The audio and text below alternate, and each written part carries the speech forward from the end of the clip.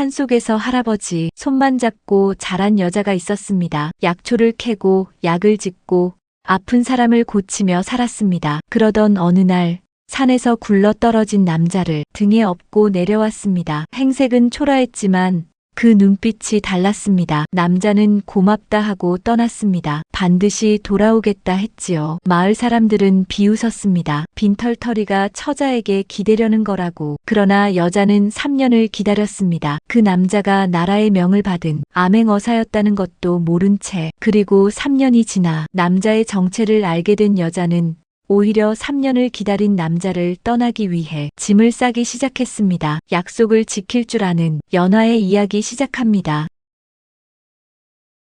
도깨비 아담을 찾아주셔서 감사합니다. 구독과 좋아요는 큰 힘이 됩니다. 이야기 시작하겠습니다. 산이 깊으면 사람도 깊어진다는 말이 있습니다.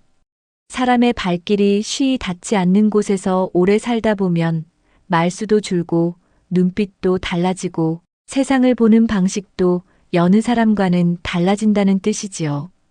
오늘 이야기의 주인공 연화는 바로 그런 산속에서 어린 시절 전부를 보낸 여자입니다. 연화가 태어난 것이 산속인지 아니면 어느 날 산 안으로 들어오게 된 건지 연화 자신도 정확히는 기억하지 못했습니다. 다만 눈을 뜨면 솔잎향이 났고 밤이 되면 짐승의 울음소리가 자장가처럼 들렸으며 할아버지의 주름진 손이 항상 곁에 있었다는 것만은 분명히 알고 있었습니다. 할아버지의 이름은 황진사였습니다. 마을에서는 그냥 산속 노인이라 불렀지만 옛날에는 조정에도 이름이 알려진 명이었다 합니다. 손 하나로 죽어가는 사람을 살려내고 맥 하나로 병의 뿌리를 찾아내는 신기에 가까운 솜씨를 가진 어른이었지요. 그런 어른이 어찌하여 이 깊은 산속에서 어린 손녀 하나만 데리고 살게 되었는지는 이야기가 한참 흘러야 비로소 알 수 있습니다. 연화가 할아버지와 보낸 세월은 가난하지만 외롭지 않은 시간이었습니다. 봄이 오면 할아버지를 따라 산 이곳저곳을 누비며 약초를 캤습니다. 할아버지는 걸음마다 멈춰서서 이건 당귀요, 저건 천궁이요, 저기 붉은 빛이 도는 것은 산삼이라도 될 성쉽다며 손녀의 손을 이끌었습니다. 연화는 할아버지의 말 한마디도 흘리지 않고 마음속에 새겼습니다. 여름이 되면 둘이서 약초를 말리거나 짚을 짰고 가을에는 산 아래까지 나가 가끔씩 물건을 팔아 겨우 끼니를 마련했습니다. 겨울밤이면 할아버지는 화롯가에 앉아 연화에게 옛 이야기를 들려주었는데 그 이야기 속에는 항상 사람이 있었습니다. 욕심 많은 사람, 어리석은 사람, 그러나 결국엔 마음씨 하나로 세상을 이겨내는 사람 이야기였지요. 연화가 17이 되던 해봄, 할아버지가 눕기 시작했습니다. 처음에는 등이 아프다 했고 다음에는 숨이 차다 했습니다. 연화는 할아버지에게 배운 대로 약을 다리고 뜸을 뜨고 밤새 그 곁을 지켰습니다. 할아버지는 손녀가 정성껏 다린 약을 받아 마시면서도 내 솜씨가 이미 나를 넘었구나 하고 낮게 웃었습니다. 연화는 그 말을 칭찬으로 듣지 않았습니다. 그 말 속에 담긴 무게가 무엇인지 어린 나이에도 느끼고 있었으니까요. 할아버지는 어느 날 밤 연화의 손을 꼭 쥐고 말했습니다. 나 죽거든 산 아래로 내려가거라. 이 산은 내 집이 아니야. 내 집은 세상 속에 있어. 사람들 속에서 살아야 한다. 약을 가르쳐 준 건 내가 혼자 먹고 살라고가 아니라 내가 사람들 곁에 있으라고 가르쳐 준 것이야. 알겠느냐? 연화는 고개를 끄덕였습니다. 그러나 마음속으로는 이 산을 떠나고 싶지 않았습니다. 산이 곧 할아버지였고 할아버지가 곧 산이었으니 그 산을 떠난다는 것은 할아버지를 2번 잃는 것과 다름없었으니까요. 할아버지는 그 봄을 넘기지 못했습니다. 연화는 산속 양지 바른 곳에 할아버지를 묻고 3일을 꼬박 그 곁에 앉아 있었습니다. 비가 와도 움직이지 않았고 배가 고파도 일어나지 않았습니다. 산이 울었는지 연하가 울었는지 그 3일 동안 산에는 내내 가랑비가 내렸습니다. 사흘째 되는 날 아침 연하는 일어났습니다. 할아버지의 약초 가방을 어깨에 메고 작은 보따리 하나를 들고 산 아래를 향해 걸음을 옮겼습니다. 돌아보지 않으려 했지만 고개를 돌리지 않을 수 없었습니다. 나무들이 그대로였고 바람이 그대로였으며 할아버지와 함께 앉아 약초를 고르던 바위도 그대로였습니다. 연하는 입술을 꾹 다물고 다시 발을 뗐습니다. 산을 내려오는데 반나절이 걸렸습니다. 산 아래 마을은 연하가 기억하는 것보다 훨씬 시끄러웠습니다. 닭 울음소리, 아이들 떠드는 소리, 아낙네들 물 깃는 소리가 한꺼번에 귀로 밀려들었습니다. 연하는 마을 어귀에 서서 한동안 멈춰 서 있었습니다. 이 소리들이 낯설고 두려운 게 아니라 오히려 너무 선명해서 잠시 정신을 차릴 수 없었던 것입니다. 마을에서 연하를 처음 맞아준 것은 주막집 아주머니였습니다. 산속에 노인과 계집애가 산다는 소문이 돌기는 했지만 막상 눈앞에 나타나니 아주머니도 한참 뜯어보았습니다. 연하가 조심스럽게 할아버지가 돌아가셨다. 산 아래에서 살 곳을 구하고 싶다고 하자 아주머니는 천천히 고개를 끄덕였습니다. 마침 마을 어귀에 오래된 빈집이 하나 있었는데 허름하고 낡았지만 지낼 만은 했습니다. 연하는 그렇게 산 아래 삶을 시작했습니다. 집을 손보고 약초를 말릴 자리를 마련하고 할아버지에게 배운 솜씨로 조금씩 이웃의 병을 봐주기 시작했습니다. 소문은 빠른 법이라 얼마 지나지 않아 배가 아프면 저 처자한테 가보라, 열이 나면 약초 캐는 아가씨가 잘 안다는 말이 마을을 돌았습니다. 연하는 돈을 받는 일이 드물었습니다. 있는 사람은 제 형편껏 냈고 없는 사람에게는 그냥 약을 지어주었습니다. 그것이 할아버지의 방식이었고 연하가 아는 유일한 방식이었으니까요. 그러나 밤이 되면 연하는 어김없이 방 안에 홀로 앉아 산 쪽을 바라보았습니다. 바람 소리가 들려올 때면 할아버지가 부르는 것 같았고 솔잎 냄새가 실려올 때면 어릴 적 그 산속 아침이 눈앞에 선했습니다. 산은 항상 그 자리에서 연하를 보고 있었고 연하도 항상 그 산을 바라보고 있었습니다. 어느 날은 약초가 떨어졌습니다.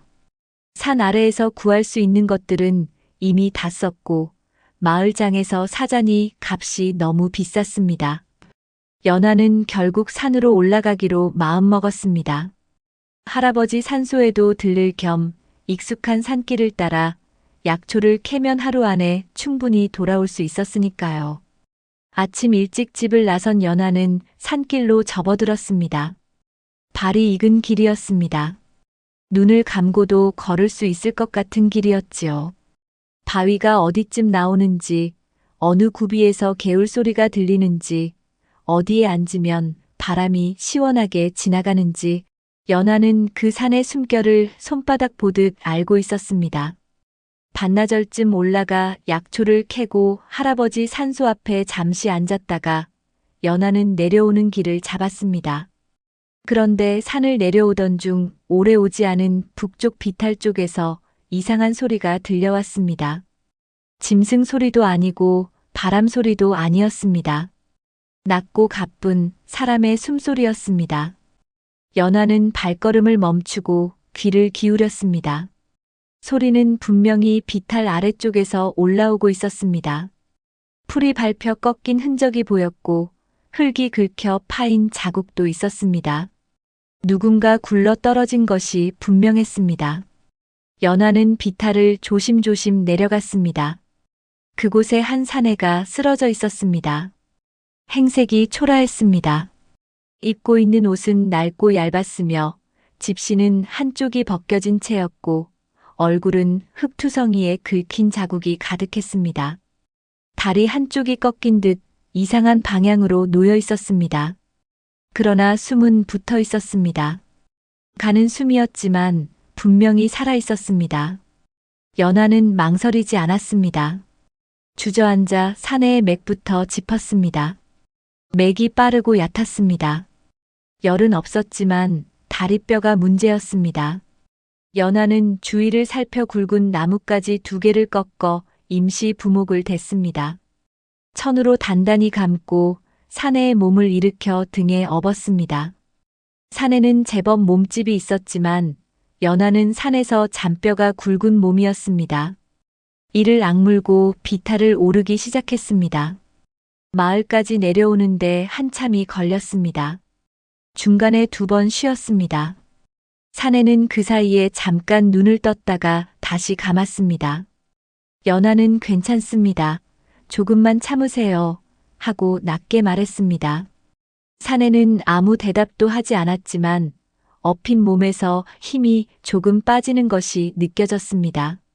믿고 맡긴다는 뜻인지 정신을 잃어간다는 뜻인지는 알 수 없었습니다. 연하의 집에 도착해서야 사내를 방 안에 눕혔습니다. 가장 먼저 한 것은 다리였습니다.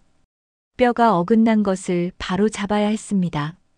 연하는 약초 가방에서 진통에 좋은 약재를 꺼내 빠르게 다렸습니다. 사내가 의식이 있을 때 억지로 입에 부어 넘기게 했습니다. 사내는 인상을 잔뜩 찌푸리면서도 삼켰습니다. 뼈를 맞추는 일은 힘들었습니다. 연하는 할아버지에게 그 방법을 배웠지만 직접 해본 것은 몇 번 되지 않았습니다.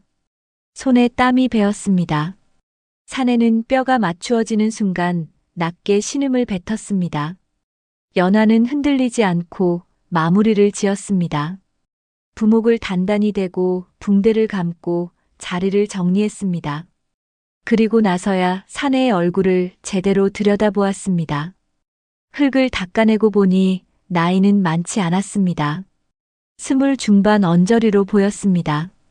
생김새는 반듯했고 손은 거칠었지만 일꾼의 손과는 달리 어딘가 다른 데가 있었습니다.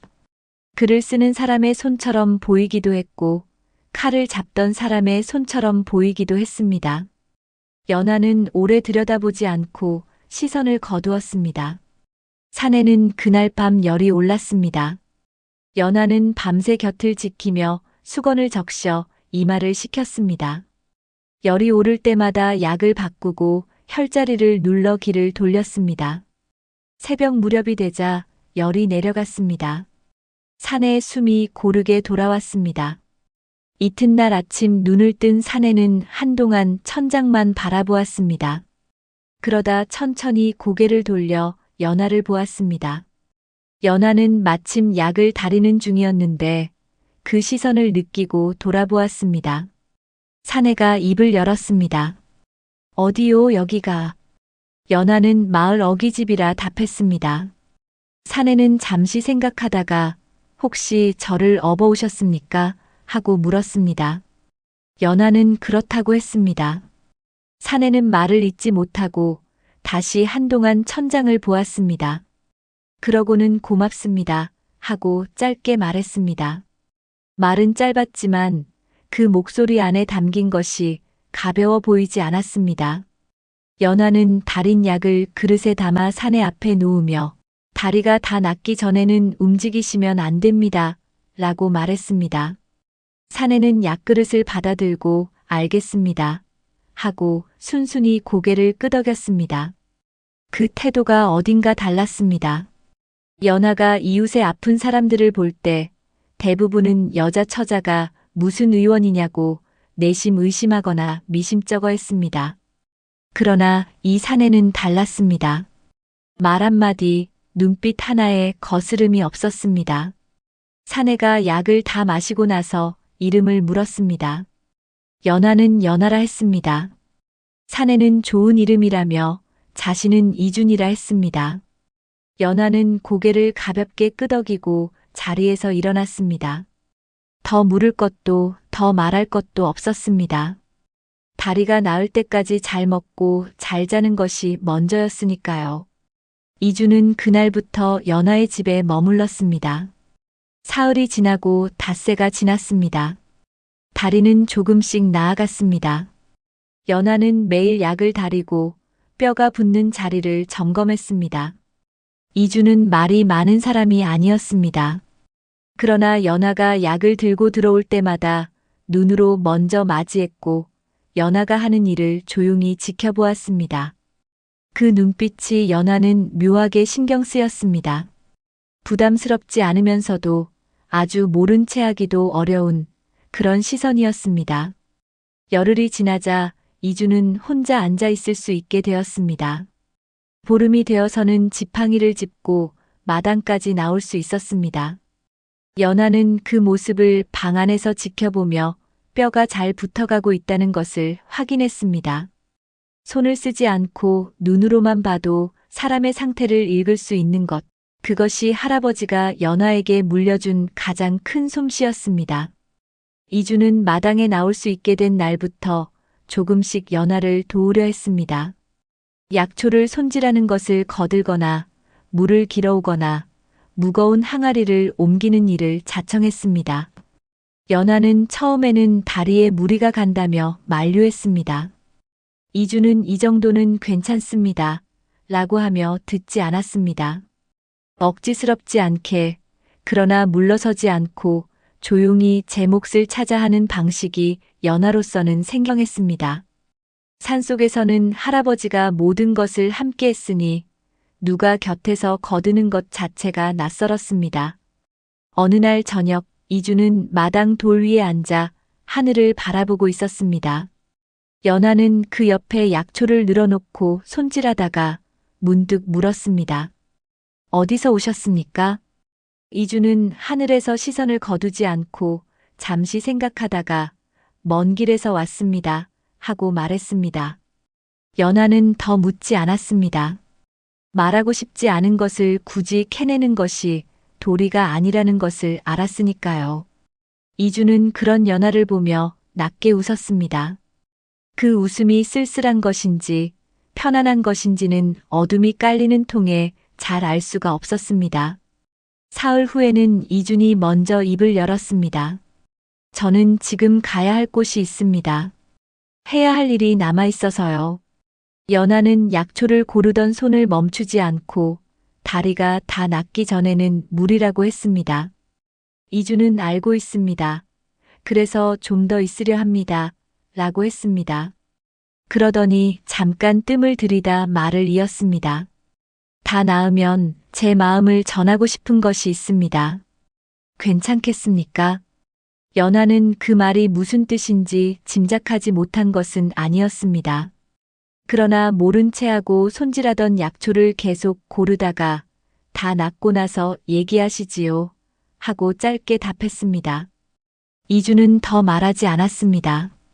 20날이 지났을 때였습니다. 이준의 다리는 거의 다 나아 있었습니다. 연하가 마지막으로 다리를 살펴보고 이제 움직여도 되겠습니다. 라고 하자 이준은 자리를 고쳐 앉으며 연하를 바라보았습니다. 자신과 혼인해 줄 수 있겠냐고 했습니다. 말은 담담했지만 눈빛은 진지했습니다. 연하는 잠시 이준을 바라보았습니다. 이 사람이 산에서 굴러 떨어져 들어온 지 20날이 지났습니다. 그 사이 연하는 이 사람이 어떤 사람인지 조금씩 알아갔습니다. 말이 적었지만 거짓이 없었고 행동이 앞서면서도 경솔하지 않았습니다. 누군가를 이야기할 때 따뜻했고 약한 것을 보면 먼저 몸이 움직이는 사람이었습니다. 주막집 아주머니의 아이가 넘어졌을 때 달려가 일으켜 세운 것도 이준이었고 마을 어귀에 쓰러진 강아지를 집까지 들고 와 연하에게 살펴봐 달라 부탁한 것도 이준이었습니다. 연하는 천천히 고개를 끄덕였습니다. 좋습니다. 라고 했습니다. 그 말을 하면서 스스로도 놀랐습니다. 이렇게 빨리 마음이 정해진 일이 살면서 없었으니까요. 그러나 마을은 그리 조용하지 않았습니다. 소문이라는 것은 벽도 없이 퍼지는 법이었습니다. 연하가 굴러 떨어진 사내를 집에 들였다는 것, 그 사내가 20알이 넘도록 연하의 집에 있다는 것, 그리고 그 사내가 연하에게 혼인을 청했다는 것까지 마을 안에 퍼지는 데는 사흘도 걸리지 않았습니다. 마을 사람들의 반응은 냉담했습니다. 주막집 아주머니는 연하를 붙잡고 손을 잡으며 말했습니다.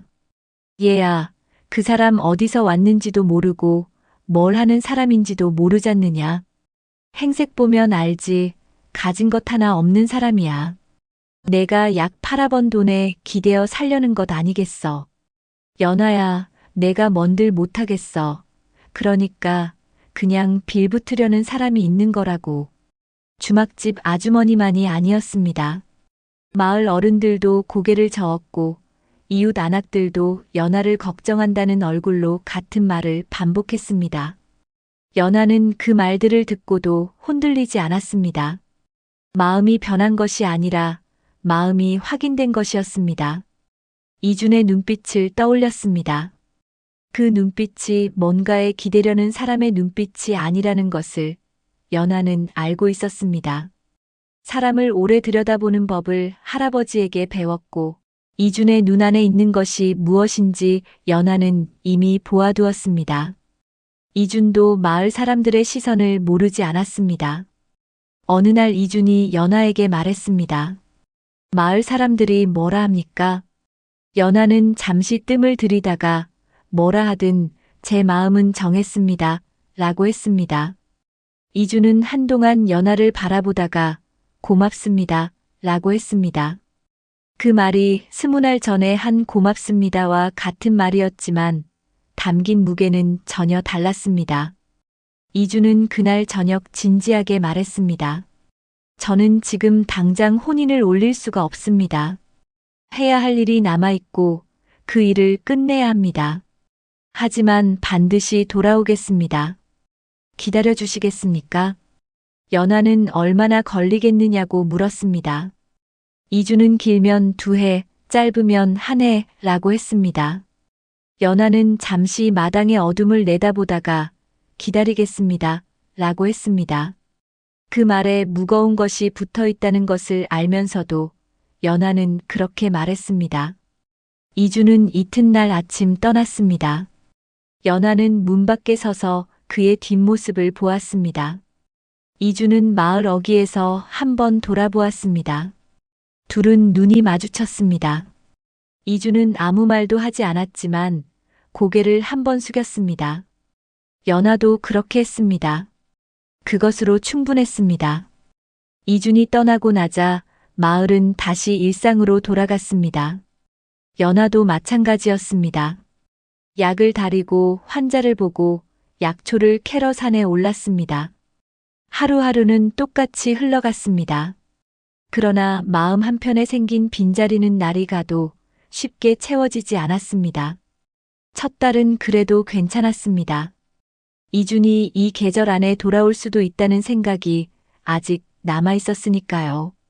2달이 지나고 석 달이 지났을 때는 짧으면 1해라 했으니 더 기다려야 한다고 마음을 달랬습니다. 반년이 넘어가자 마을 사람들의 말이 다시 시작되었습니다. 주막집 아주머니가 다시 연하의 손을 잡고 말했습니다. 연하야, 그 사람 간지 벌써 반년이야. 말만 그럴싸하게 해놓고 그냥 떠난 거 아니겠어. 세상에 그런 사람이 어디 한둘이야. 이웃 마을의 연하 나이쯤 되는 처자들은 벌써 아이까지 낳았다고. 너는 기술도 있고 마음씨도 고우니 좋은 사람 얼마든지 만날 수 있어. 너무 늦기 전에 생각을 바꿔라. 연하는 그 말을 듣고 웃었습니다. 고맙습니다 하고 말했습니다. 그러나 마음을 바꾸겠다는 말은 하지 않았습니다. 아주머니는 답답하다는 얼굴을 했지만 더 강요하지는 않았습니다. 연하가 어린 나이에 독립적으로 살아온 것을 아는 사람들은 결국 그 고집을 꺾을 수 없다는 것을 알고 있었습니다. 한 해가 끝날 무렵 이웃 마을에서 중매가 들어왔습니다. 마을에서 제법 이름 있는 집 아들이라 했습니다. 성실하고 인물도 나쁘지 않다고 했습니다. 연하는 정중히 거절했습니다. 이미 마음을 둔 사람이 있다고 했습니다. 중매를 넣은 어른은 어이없다는 얼굴로 돌아갔습니다. 소문은 또 마을을 돌았습니다. 저 처자 고집 하나는 알아줘야 한다는 말도 돌았고 쓸데없이 기다리다 혼기를 놓친다는 말도 돌았습니다. 두 해가 꺾일 무렵이 되자 연하도 마음속으로 흔들렸습니다. 이준이 정말 돌아올까 하는 생각이 드는 것을 어쩔 수 없었습니다. 그러나 그 흔들림이 마음의 안쪽까지 번지지는 않았습니다. 이준의 눈빛을 다시 떠올리면 흔들림이 가라앉았습니다. 그 눈이 거짓말하는 눈이 아니라는 것, 그것만은 변함이 없었습니다. 3년째 봄이 되었습니다. 연하는 여느 날처럼 아침 일찍 산에 올라 약초를 캤습니다. 할아버지 산소 앞에 앉아 한동안 가만히 있다가 내려오려는데 문득 할아버지가 생전에 했던 말이 떠올랐습니다. 사람을 볼 때는 눈을 봐라. 손을 봐라. 그리고 가장 어렵고 힘든 순간에 무엇을 택하는지를 봐라. 그게 그 사람의 전부야. 연하는 눈을 감고 이준을 떠올렸습니다. 산에서 굴러 떨어졌을 때도 행색이 초라했던 그 사람이 손에 아무것도 없어도 품위가 있었습니다. 그리고 연하에게 기댄 것이 아니라 연하의 곁에 있으려 했습니다. 그 차이를 연하는 알고 있었습니다. 마을로 돌아오니 주막집 아주머니가 달려왔습니다. 눈이 커져 있었고 숨이 가빠 있었습니다. 연하야, 누가 왔어? 마을 어귀에 웬 사람이 너를 찾는다고. 옷도 반듯하고 말투도 예사롭지 않아. 혹시 그 사람이냐? 연하는 걸음을 빨리 했습니다. 마을 어귀에 다가가자 먼 발치에서 한 사람이 보였습니다.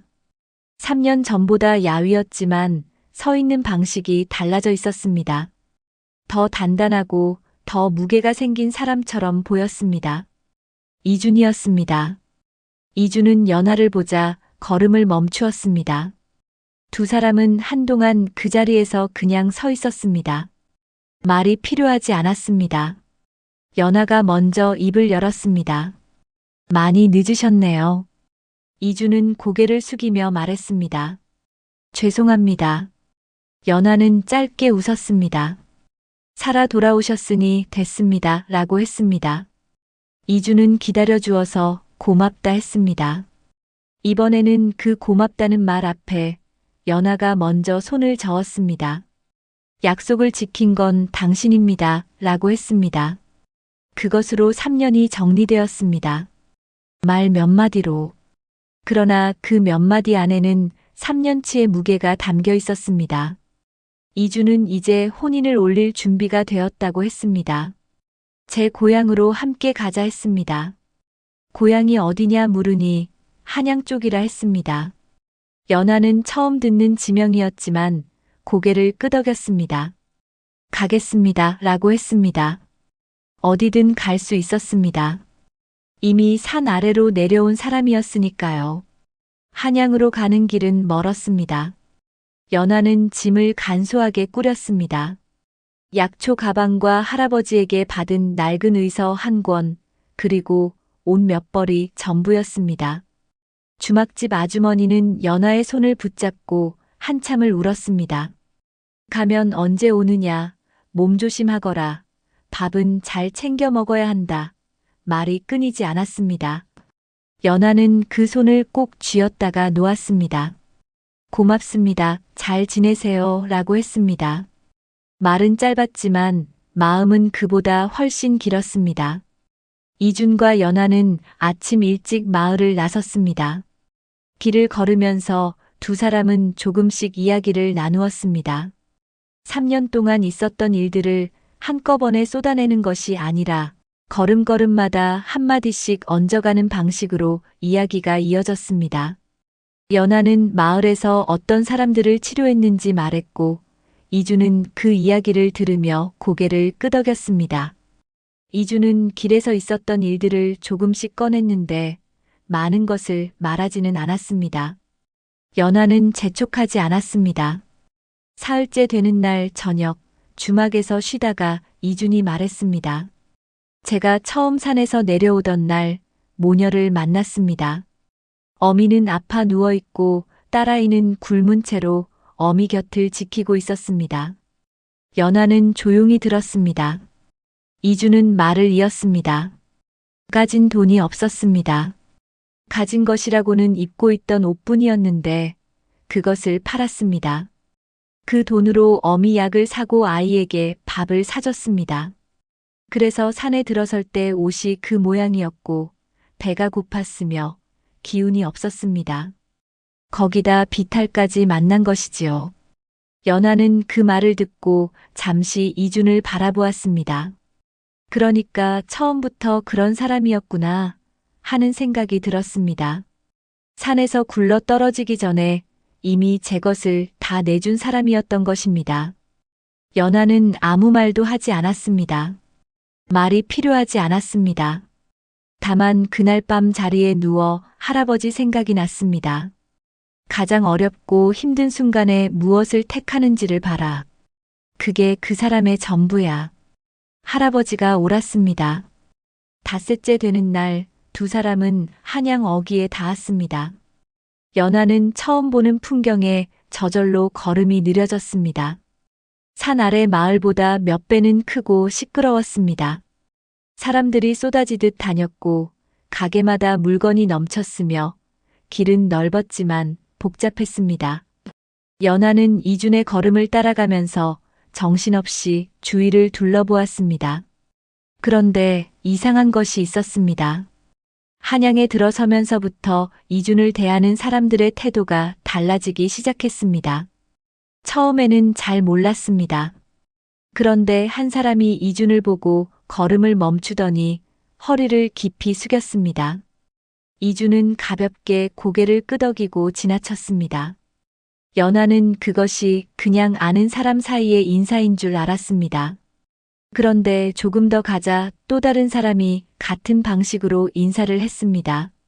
그 다음에도 마찬가지였습니다. 연하는 이준의 옆을 걸으면서 조심스럽게 물었습니다.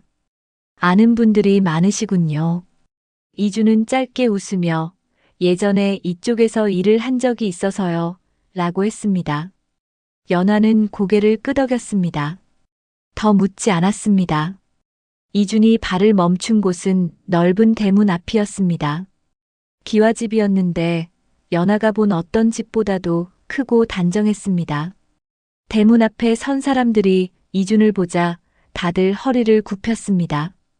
연하는 그제야 무언가 단단히 잘못 알고 있었다는 것을 느끼기 시작했습니다. 이 사람이 행색만 초라했을 뿐 행색과 전혀 다른 사람이라는 것을 알아차리기 시작한 것입니다. 집 안으로 들어서자 이준의 어머니가 마중을 나왔습니다. 곱고 단아한 어른이었습니다. 어머니는 이준을 보며 눈물을 글썽였고 연하를 보며 반갑게 맞이했습니다. 이준이 편지를 넣었다고 했습니다. 와주셔서 고맙습니다. 라고 어머니가 연하의 손을 잡으며 말했습니다. 연하는 얼떨떨한 채로 인사를 올렸습니다. 그날 저녁이었습니다. 연하는 자신이 묵게 된 방에 앉아 이준과 마주했습니다. 이준은 이제 말할 때가 되었다 싶었는지 천천히 입을 열었습니다. 제가 하는 일을 말씀드려야 할 것 같습니다. 연하는 조용히 기다렸습니다. 이준은 잠시 뜸을 들이다가 말했습니다. 저는 임금께서 내리신 명을 받아 지방을 돌며 백성들의 형편을 살피는 일을 합니다. 암행어사라 합니다. 연하는 그 말을 듣고 한동안 아무 말도 하지 못했습니다. 암행어사. 그 말이 뜻하는 바를 연하가 모를 리 없었습니다. 할아버지가 들려준 이야기 속에도 암행어사가 나온 적이 있었고 마을 사람들도 그 이름을 가끔 입에 올렸습니다. 나라에서 백성을 위해 내려보내는 사람, 신분을 숨기고 다니며 잘못된 것을 바로잡는 사람. 그 사람이 바로 이준이었다는 것입니다. 연하는 천천히 눈을 내리깔았습니다. 온갖 생각이 한꺼번에 밀려왔습니다. 행색이 초라하다 했던 마을 사람들의 말이 떠올랐고 자신이 당연하게 약을 다리고 밥을 지어 내밀었던 그날들이 떠올랐습니다. 그리고 무엇보다 자신이 이 사람과 어울리는 사람인가 하는 생각이 가슴 한복판을 눌렀습니다. 연하는 이준을 바라보다가 눈을 돌렸습니다. 말씀해 주셔서 감사합니다 라고 했습니다. 그리고 오늘은 피곤하니 쉬겠다 했습니다. 이준은 연하의 표정을 읽으려는 듯 잠시 바라보다가 그렇게 하시지요 하고 자리에서 일어났습니다. 연하는 그날 밤 잠을 이루지 못했습니다. 방 안이 조용했지만 머릿속은 조용하지 않았습니다. 이준이 암행어사라는 사실 하나가 밤새 연하의 머릿속을 맴돌았습니다. 나라의 명을 받아 움직이는 사람, 임금의 눈이 닿는 곳에 있는 사람, 그런 사람과 자신은 얼마나 다른가. 산속에서 할아버지 손에 자라 겨우 약초나 캐고 약이나 짓는 여자와 그 사람은 처음부터 다른 세상에 있는 사람이었습니다. 연하는 자신이 좁은 곳에서 살아왔다는 것을 모르지 않았습니다. 그러나 그 좁음을 부끄러워한 적은 없었습니다. 할아버지가 그렇게 가르쳤으니까요. 사람은 제자리에서 제 할 일을 하면 된다. 크고 작음이 어디 있느냐. 연하는 그 말을 믿으며 살았습니다. 그런데 이준의 집 대문 앞에서 사람들이 허리를 굽히는 것을 보는 순간 연하는 처음으로 자신의 자리와 이준의 자리가 얼마나 멀리 떨어져 있는지를 눈으로 실감했습니다. 새벽이 되자 연하는 자리에서 일어났습니다. 짐을 꾸렸습니다. 약초 가방을 메고 의서를 품에 안고 방문을 조심스럽게 열었습니다. 집안은 고요했습니다. 연하는 마당을 가로질러 대문 쪽으로 걸었습니다. 대문을 여는 순간 뒤에서 소리가 들렸습니다. 어디 가십니까? 이준이었습니다. 연하는 걸음을 멈추었습니다. 돌아보지 않았습니다. 가야 할 것 같습니다. 라고 했습니다. 이준이 다가오는 발소리가 들렸습니다. 왜요? 라고 물었습니다. 그 한마디가 짧았지만 연하는 그 안에 담긴 무게를 들었습니다. 연하는 천천히 돌아섰습니다. 이준은 연하에게서 2걸음 떨어진 곳에 서 있었습니다. 새벽빛 속에서 연하는 이준의 얼굴을 바라보았습니다. 연하가 말했습니다. 저는 제 분수를 압니다. 산에서 자란 여자가 이런 집에 들어오는 것은 맞지 않습니다. 어르신들 보기에도 그러하고 당신 주위 사람들이 보기에도 그러할 겁니다. 저는 있어야 할 자리가 따로 있는 사람입니다. 이준은 연하의 말을 끊지 않고 다 들었습니다. 그리고 나서 말했습니다. 연하 씨, 잠깐 제 말을 들어주시겠습니까?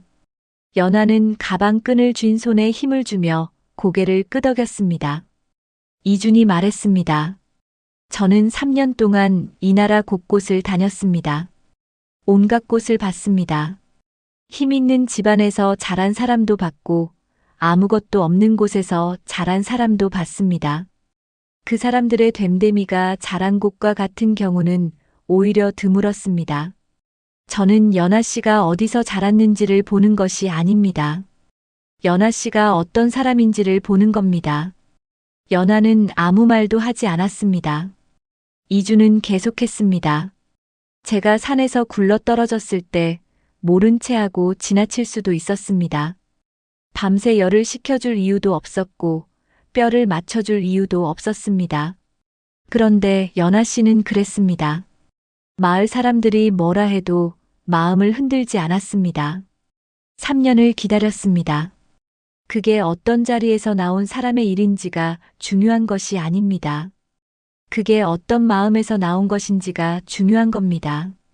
연하의 눈가가 뜨거워졌습니다. 그러나 울지 않았습니다. 꾹 참았습니다. 이준이 한 걸음 더 다가왔습니다. 그리고 말했습니다. 저는 연하 씨보다 못한 사람입니다. 이 말이 빈말이 아닙니다. 제가 지금까지 살면서 만난 사람 중에 연하 씨처럼 한결같은 사람은 없었습니다. 그 마음을 내가 어떻게 감당하겠습니까? 감당하려고 노력하며 살겠다는 것입니다. 연하는 한동안 이준을 바라보았습니다. 새벽빛이 점점 밝아지고 있었습니다. 어딘가에서 새소리가 들렸습니다.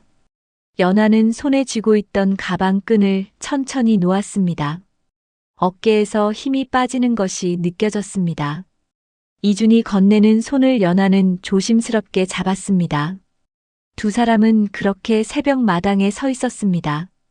아무 말도 없었습니다. 그러나 그 침묵이 텅 빈 것이 아니었습니다. 오히려 꽉 차 있었습니다. 3년이 그 안에 담겨 있었고 산속 이른 아침이 담겨 있었으며 할아버지의 낡은 가방과 이준의 초라하던 집신이 담겨 있었습니다. 이준이 말했습니다. 그런데 한 가지 연하 씨에게 물어볼 것이 있습니다. 연하는 고개를 들었습니다. 이준이 조심스럽게 말했습니다. 할아버지께서 어쩌다 산속으로 들어가셨는지 아십니까? 연하는 고개를 저었습니다. 할아버지는 그 이야기를 한 번도 한 적이 없었습니다. 이준은 잠시 생각하다가 그렇다면 제가 알아볼 것이 있습니다. 라고 했습니다. 연하는 그 말의 무게가 무엇인지 알 수 없었지만 이준의 눈빛이 가볍지 않다는 것은 알았습니다. 그날 이후 이준은 무언가를 알아보기 시작했습니다. 낮에는 밖을 나갔다가 저녁에 돌아왔는데 돌아올 때마다 표정이 조금씩 달라져 있었습니다. 연하는 묻지 않고 기다렸습니다. 기다리는 것은 이미 익숙했으니까요. 이준이 알아보는 일은 며칠이 걸렸습니다. 연하는 그 사이 이준의 집에 머물며 조용히 지냈습니다. 이준의 어머니는 연하를 살갑게 대해주었습니다. 밥상을 차릴 때면 반드시 연하의 몫을 챙겼고 연하가 가져온 약초 가방을 보고는 눈이 밝아지며 이것저것 물었습니다. 어머니는 오래전부터 허리가 좋지 않다 했습니다. 연하는 며칠 동안 어머니의 맥을 짚고 침을 놓고 약을 다렸습니다. 어머니는 아프던 것이 나아간다며 연하의 손을 잡고 기뻐했습니다. 그 온기가 연하에게는 낯설었지만 낯설다는 것이 불편하지는 않았습니다. 닷새째 되는 날 저녁, 이준이 돌아왔습니다. 평소보다 늦은 시각이었습니다. 연하는 마당에서 약초를 손질하다가 이준의 발소리를 들었습니다. 고개를 들었을 때 이준의 얼굴을 보았는데 그 표정이 여느 날과 달랐습니다. 무겁고 진지했으며 동시에 무언가 정리된 듯한 얼굴이었습니다. 이준은 연하 앞에 앉으며 말했습니다. 연하 씨 할아버지에 대해 알아봤습니다. 연하는 손질하던 약초를 내려놓고 이준을 바라보았습니다. 이준이 천천히 입을 열었습니다. 황진사. 그 이름이 의원들 사이에서 전설처럼 남아있다고 했습니다. 20여 년 전 한양에서 이름을 날리던 명이었다 했습니다. 손 하나로 살릴 수 없다던 사람을 살려내고 포기했던 병을 고쳐냈다는 이야기가 여럿이었습니다. 그런데 어느 해 황진사가 돌보던 고관댁 어른이 갑작스럽게 세상을 떠나는 일이 있었습니다. 그 어른을 둘러싼 정치적 다툼이 한창이던 때였는데 황진사가 그 어른을 치료했다는 이유만으로 한쪽 편으로 몰렸습니다. 억울한 일이었습니다. 황진사는 그저 아픈 사람을 고쳤을 뿐이었습니다. 그러나 세상의 다툼은 억울함을 돌아보지 않았습니다. 황진사의 아들 내외가 그 일에 휘말렸습니다. 자세한 경위는 기록에 남아있지 않았지만 결국 두 사람이 목숨을 잃었다는 것은 남아있는 문서에 흔적이 있었습니다. 황진사는 그 일 이후 어린 손녀 하나를 안고 한양을 떠났고 아무도 그 행방을 몰랐다 했습니다. 깊은 산속으로 들어갔다는 소문만 있었을 뿐이었습니다. 이준이 말을 마치자 마당에 긴 침묵이 내려앉았습니다. 연하는 눈을 내리깔고 앉아 있었습니다. 가슴 안에서 무언가 천천히 움직이는 것이 느껴졌습니다. 슬픔인지 이해인지 아니면 지금껏 몰랐던 것이 제자리를 찾아가는 느낌인지 딱히 이름을 붙이기 어려운 감각이었습니다. 할아버지가 왜 그 이야기를 한 번도 하지 않았는지 이제는 알 것 같았습니다. 어린 손녀에게 짐을 지우고 싶지 않았던 것입니다. 아버지와 어머니를 잃은 일을, 정치에 휘말려 쫓기듯 산속으로 들어간 일을 연하가 알게 되면 짊어지고 살아야 할 것들이 너무 많아진다고 생각했을 것입니다.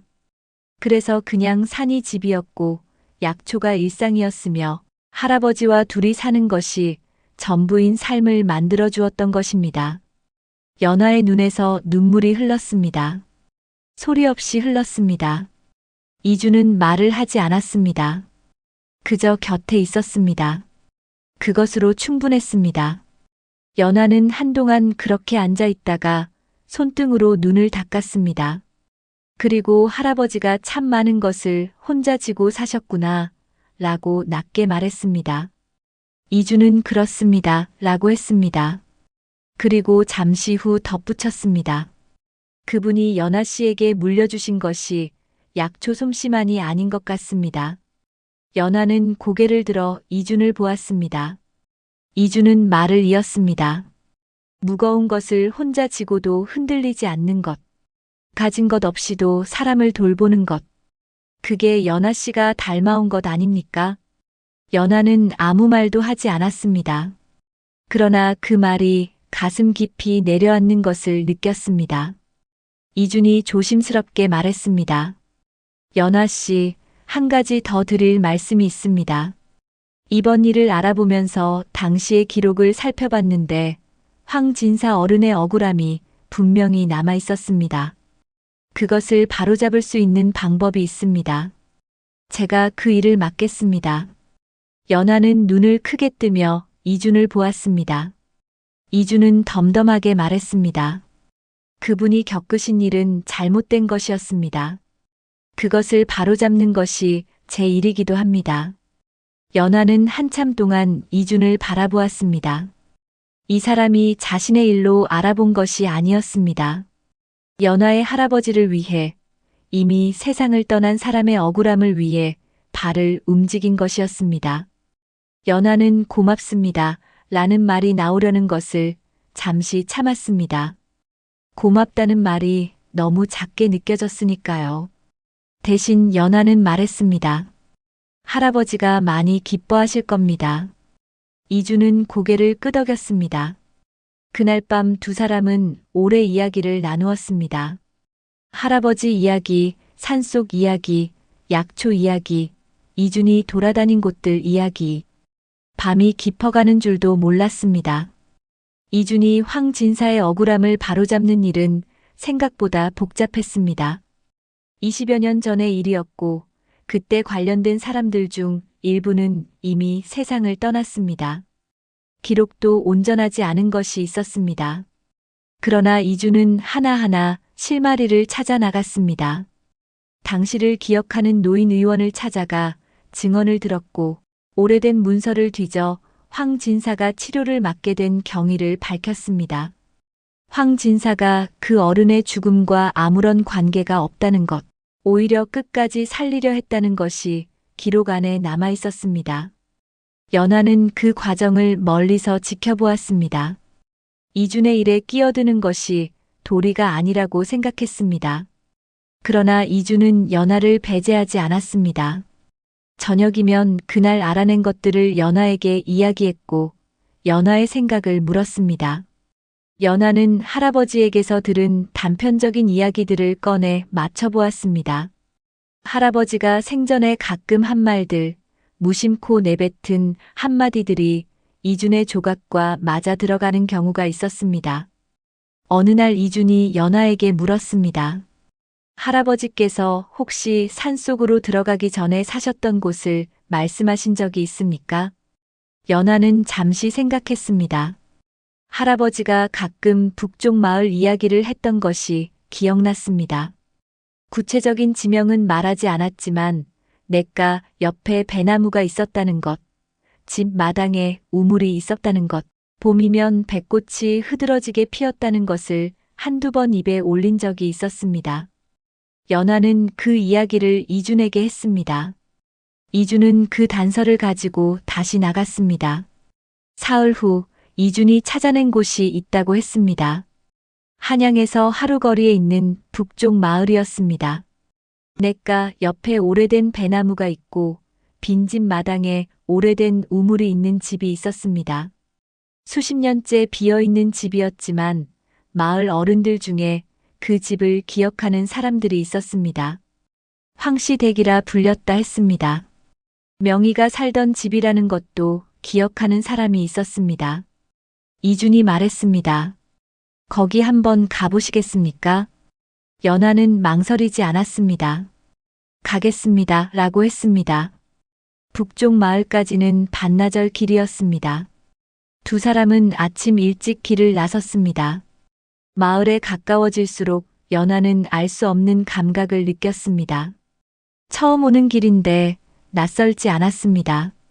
길 옆으로 보이는 야산의 생김새가 어딘가 눈에 익은 것 같았고 바람이 부는 방향도 익숙했습니다.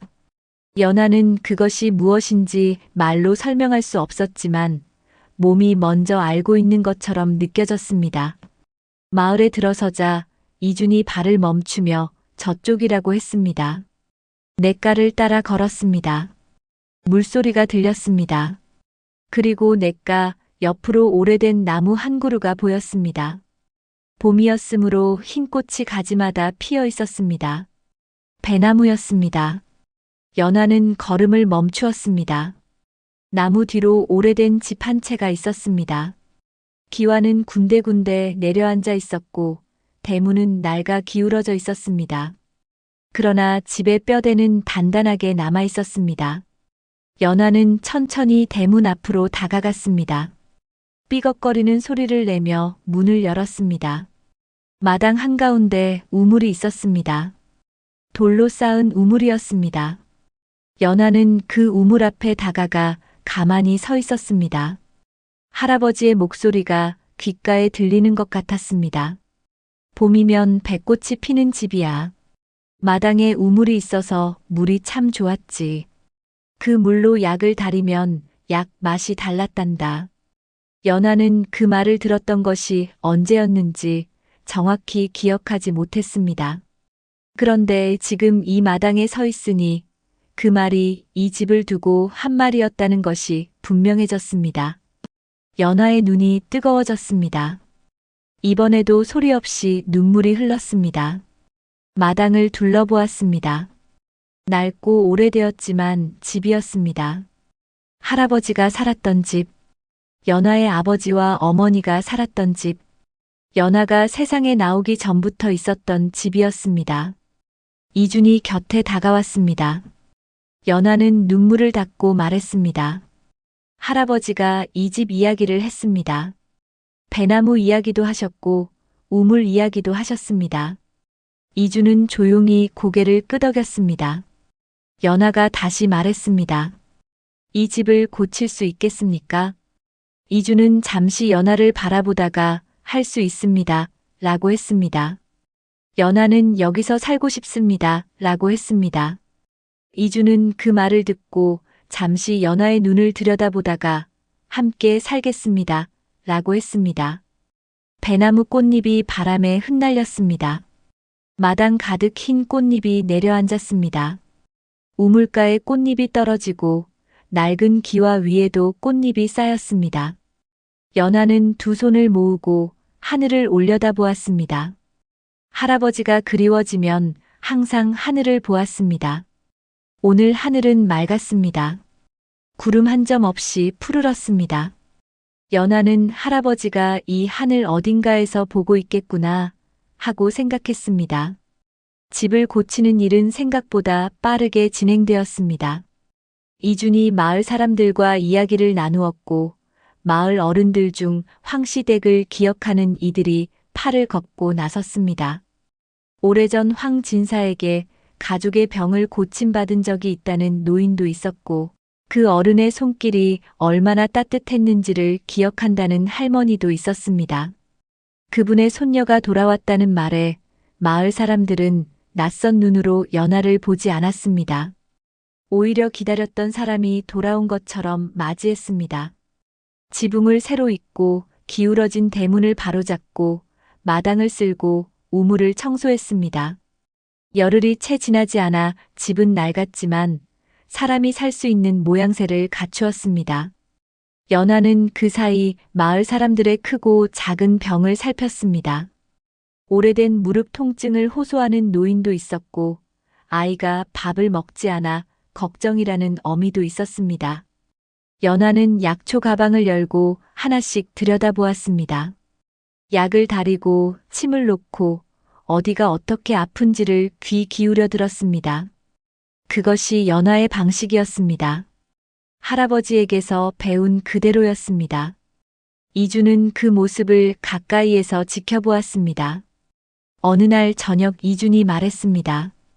연화 씨가 사람을 대하는 것을 보면 할아버지 어른이 어떤 분이었는지 짐작이 됩니다.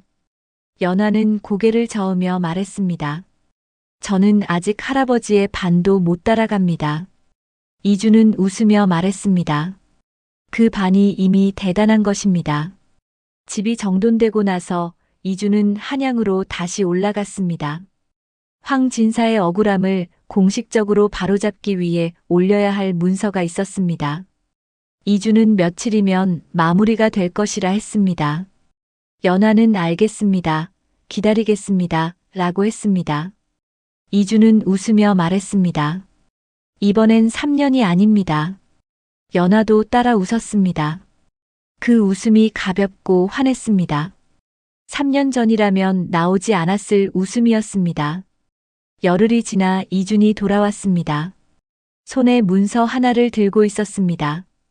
황 진사의 이름이 공식적으로 회복되었다는 내용이었습니다. 억울한 일로 피해를 입은 것이 잘못된 것이었음이 기록으로 남겨졌습니다. 이준은 그 문서를 연화에게 건네며 말했습니다. 이것은 연화 씨 것입니다. 연화는 두 손으로 받았습니다. 문서를 손에 쥐고 한참 동안 내려다보았습니다. 글자 하나하나가 눈에 잘 들어오지 않았습니다. 그러나 손끝에 전해지는 종이의 무게는 느낄 수 있었습니다. 연화는 그 문서를 가지고 할아버지 산소가 있는 산으로 올라갔습니다. 혼자 올라갔습니다. 이준은 따라가지 않았습니다. 연화가 혼자 가야 할 길이라는 것을 알았으니까요. 연화는 산길을 오르면서 어릴 적 할아버지와 함께 걸었던 기억들을 떠올렸습니다. 봄이면 이 산에서 어떤 약초가 나는지 알려주던 할아버지, 저 나무 아래 앉아 쉬면서 옛 이야기를 들려주던 할아버지, 연화가 약초를 잘못 골라도 혼내지 않고 다시 보여주던 할아버지의 손이 눈앞에 선했습니다. 산소 앞에 도착한 연화는 자리를 고치고 앉았습니다. 문서를 앞에 놓고 말했습니다. 할아버지, 다 됐습니다. 억울하셨던 것이 이제 바로잡혔습니다. 그리고 잠시 쉬었다가 저 잘 살고 있습니다. 라고 했습니다. 그 말을 하면서 눈물이 나왔지만 슬픈 눈물이 아니었습니다. 오래 묵었던 것이 빠져나가는 그런 눈물이었습니다. 산바람이 불었습니다. 나뭇잎이 흔들렸습니다. 연화는 그 바람이 할아버지의 대답 같다고 생각했습니다. 잘했다. 잘하고 있다. 그 목소리가 바람 속에 담겨 있는 것 같았습니다. 연화는 일어나기 전에 한 번 더 말했습니다. 봄이 되면 또 오겠습니다. 그리고 천천히 산을 내려왔습니다. 산을 내려오니 이준이 집 마당에 서 있었습니다. 연화를 보자 먼저 눈으로 물었습니다. 괜찮으십니까? 연화는 고개를 끄덕이며 말했습니다. 괜찮습니다. 오히려 이제 진짜로 괜찮아진 것 같습니다. 이준은 그 말을 듣고 조용히 미소 지었습니다. 그날 저녁 두 사람은 우물가에 나란히 앉아 밤하늘을 바라보았습니다. 별이 많은 밤이었습니다.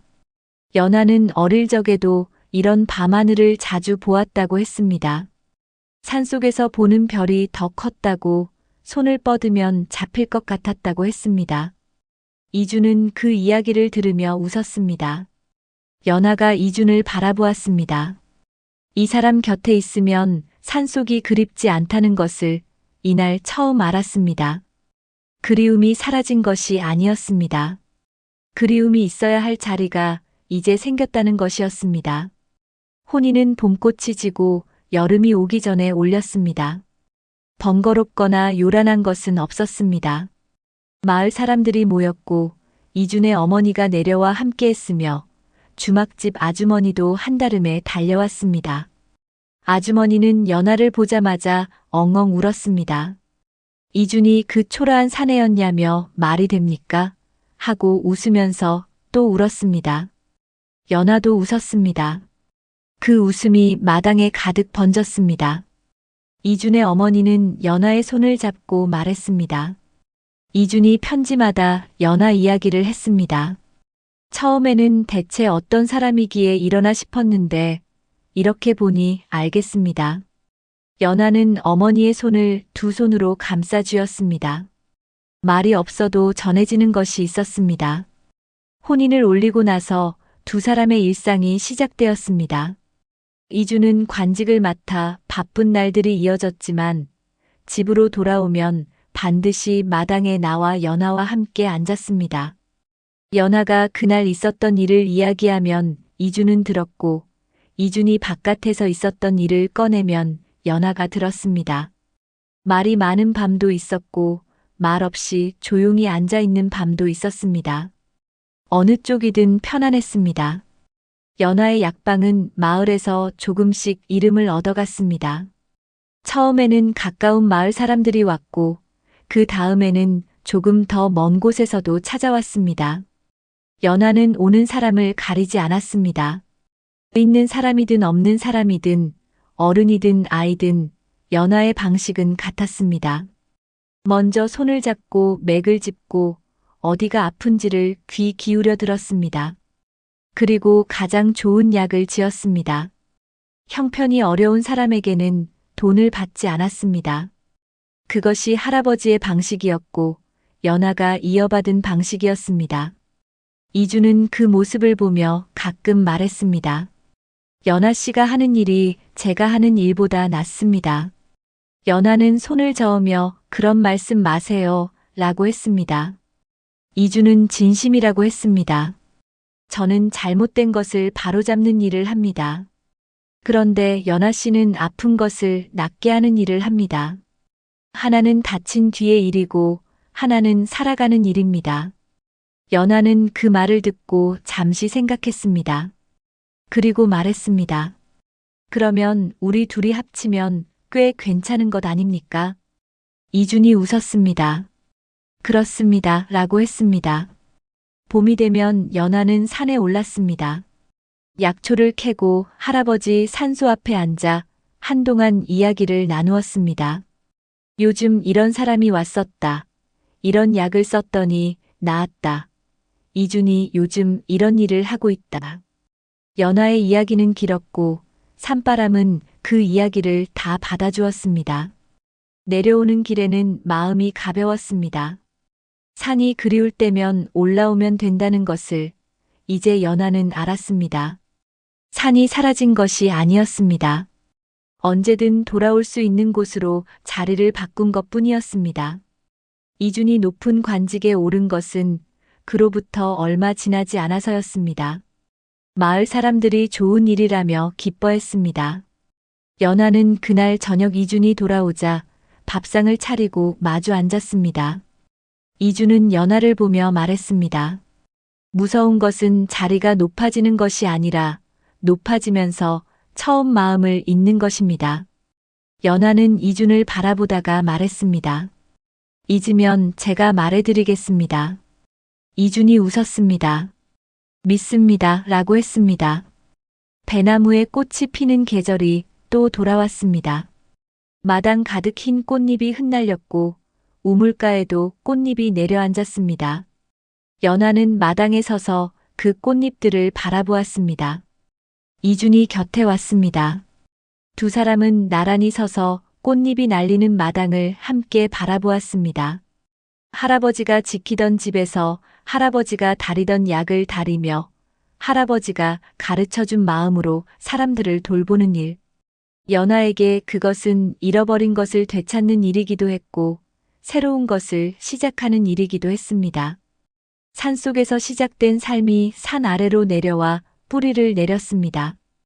그 뿌리 곁에 이준이 있었고 마을 사람들이 있었으며 돌아올 수 있는 산이 있었습니다. 백꽃이 바람에 지지 않고 한동안 허공에 머물렀습니다. 연하는 손을 내밀었습니다. 꽃잎 하나가 손바닥 위에 내려앉았습니다. 연하는 그것을 오래 들여다보았습니다. 그리고 작게 웃었습니다.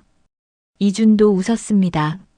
마당에는 햇살이 가득했고 우물물은 맑게 고여 있었으며 배나무는 오늘도 변함없이 그 자리에 서 있었습니다.